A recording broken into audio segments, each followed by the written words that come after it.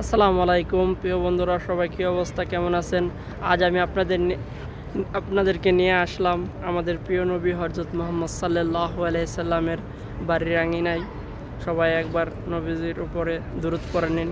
আল্লাহুম্মা সাল্লি ওয়া সাল্লিম আলান নবিয়িল উম্মি ওয়া আলা আলিহি ওয়া আসহাবিহি সাল্লাল্লাহু আলাইহি সাল্লাম।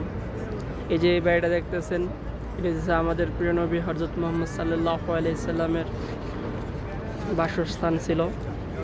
বর্তমানে এটা সৌদির সরকার এটা লাইব্রেরি করে দিছে। আর আমার এই অপর সাইডে এই যে দেখতেছেন, এটা হচ্ছে আবু জাহেলের বাড়ি। আবু জাহেলের বাড়ির ভিতরে হাম্মাম, টয়লেটের ব্যবস্থা করছে, উজুখানার ব্যবস্থা করছে। এটা হচ্ছে আবু জাহেলের হাম্মাম। এই আমাদের নবীজির বাড়িতে দূরত্ব খুবই কাছাকাছি, খুবই একটা মজার বিষয়। এই যে আমাদের নবীজির বাড়িটা, আর এই যে দেখতেছেন এই হাম্মামটা, এটা হইতেছে আবু জাহেলের বাড়ি। এখানে আরও একটি মজার বিষয় হইতেছে গিয়া, এইগুলো দেখেন, এই অংশটা যে সাফা অংশ, এগুলো হচ্ছে মারোয়া, সাফা মারোয়া এই মাঝে অবস্থিত। আর সাফা মারোয়ার পাশেই মক্কা হেরাম, কাবা শরীফ, আর এর অপর সাইডেই মক্কা ক্লক টাওয়ার, গড়ি টাওয়ারটা। আর এইখানে আছে হযরত আবু বকর রাদিয়াল্লাহু তাআলা আনহার বাড়ি, আর এখানে আছে ওমর রাদিয়াল্লাহু তাআলা আনহার বাড়ি। এইখানে এই জায়গাটাতে আসলেই অন্যরকম একটা অনুভূতি হয়। যেরকম এই যে আমাদের নবীজির প্রতিবেশী যারা ছিল, আবু বকর, ওমর, উসমান, প্রত্যেকের কথা ভাবলে 1400 বছর আগে চলে গেলে অন্যরকম একটা অনুভূতি আসে। এখানেই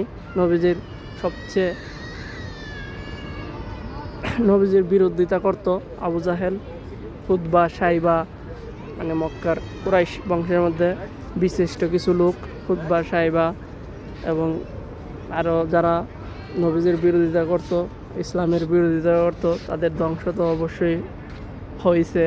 কারণ আল্লাহ তাআলা কোরআনে তো বইলাইছে, লাহাব দিয়ে আল্লাহ তাআলা সূরা নাজিল করে আইছে, তাব্বাত ইয়াদা আবি লাহাবি ওয়া তাব মা আগনা আনহু মালুহু ওয়া মা কাসাব। ধ্বংস হোক লাহাবের স্ত্রী, লাহাবের হাত, এরকমভাবে বদদোয়া করছে। কিয়ামতের আগ পর্যন্ত এই লাহাবের বংশধরের উপরে আল্লাহ তাআলা নালদ, গজব, বদদোয়া নাজিল থাকবো অব্যাহত। আল্লাহ তাআলা আমাদের সবাইকে হেদায়েত দান করুক এবং ইসলামের ছায়াতলে আসার তৌফিক দান করুক। এই যে এখান থেকেই এই জায়গাটাতে আসলে অন্যরকম একটা অনুভূতি হয়। যেরকম আমাদের নবীজি যখন এই বাড়িতে বৈশা কোরআন তেলাওয়াত করতো, তখন আবু জাহেল, খুতবা, সাইবা এরা লুকায় লুকায় কোরআন তেলাওয়াত শুনতো। কাছাকাছি প্রতিবেশী ছিল। তখন একে অপরের বলছে, এই তোরা কেউ মুহাম্মদের খুতবা শুনবি, কোরআন তেলাওয়াত শুনবি না? তখন ওরা বলতেছিল যে আজকে আমরা কেউ যাবো না। তখন লুকায় লুকায় সবাই আইসে, সবার সাথে সবাই দেখা হয়ে গেছিল। এরকম একটা সুন্দর একটা ঘটনা আছে বিস্তারিত। আর এই যে আমাদের নবীজির বাড়ির পাশেই এইখানেই জমজম কুয়াড়া আছে। এই যে এখান থেকে জমজমের পানি অনেক আগে সংগ্রহ করতো, বর্তমানে বন্ধ আছে। মানে অনেকটা দূরের থেকে ভিডিওটা করতেছি। এই জায়গাটা হয়তো নামাজ পড়ার জন্য পরিষ্কার করে একটা বাউন্ডারি দিয়ে রাখছে।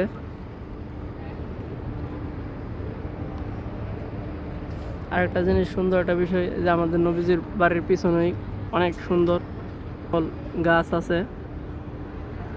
আরে বিশিষ্ট মক্কা শহরটাই পুরোটা পাহাড়ে ঘেরা।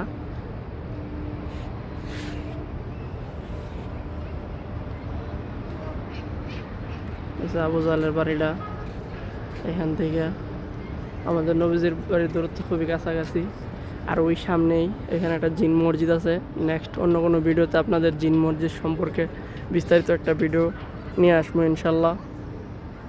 তো আজকের মতো আমার এই ভিডিওটা এখানেই সমাপ্ত। দেখা করবো অন্য কোনো নেক্সট ভিডিওতে। সবাই ভালো থাকবেন, সুস্থ থাকবেন। আল্লাহ হাফেজ। আর আমার নবীজির উপরে বেশি বেশি করে দুরূদ সালাম পাঠ করবেন। কারণ নবীজি বলতে যে আমার মধ্যে দুরূদ সালাম পাঠ করবে, আমি তার জন্য শাফায়াতের জন্য আমি যথেষ্ট হয়ে যাব। ঘুমানোর আগে অবশ্যই দুরূদ পাঠ করার চেষ্টা করবেন। বৃহস্পতিবার শুক্রবারে বেশি বেশি দুরূদ শরীফ পাঠ করবেন। তো আজকের মতো আমার ভিডিওটা এখানে সমাপ্ত। আমি আরও একবার দুরূদ শরীফ পাঠ করে নিতেছি।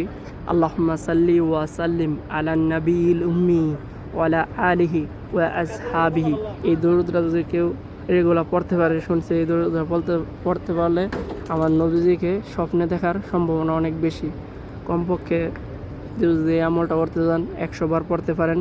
আল্লাহুম্মা সাল্লি ওয়া সাল্লিম আলান নাবিয়িল উম্মি ওয়া আলা আলিহি ওয়া আসহাবিহি। খুব সুন্দর একটা দুরূদ। তো আসসালামু আলাইকুম, সবাই ভালো থাকবেন। আজকের মতো আমার ভিডিওটা এখানে সমাপ্ত। আল্লাহ হাফেজ।